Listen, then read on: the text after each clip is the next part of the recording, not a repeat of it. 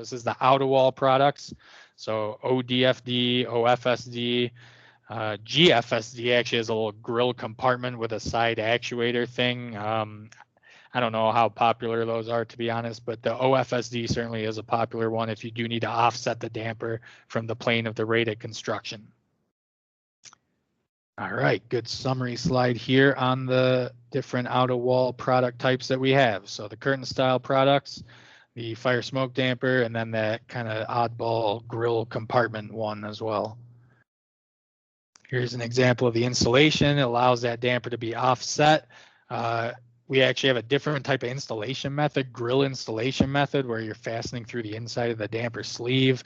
So pretty handy actually for certain scenarios. So good to be aware of.